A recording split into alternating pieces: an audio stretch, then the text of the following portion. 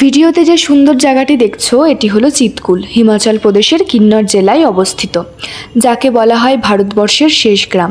Sea level থেকে প্রায় 11,319 fit উচ্চতায় অবস্থিত।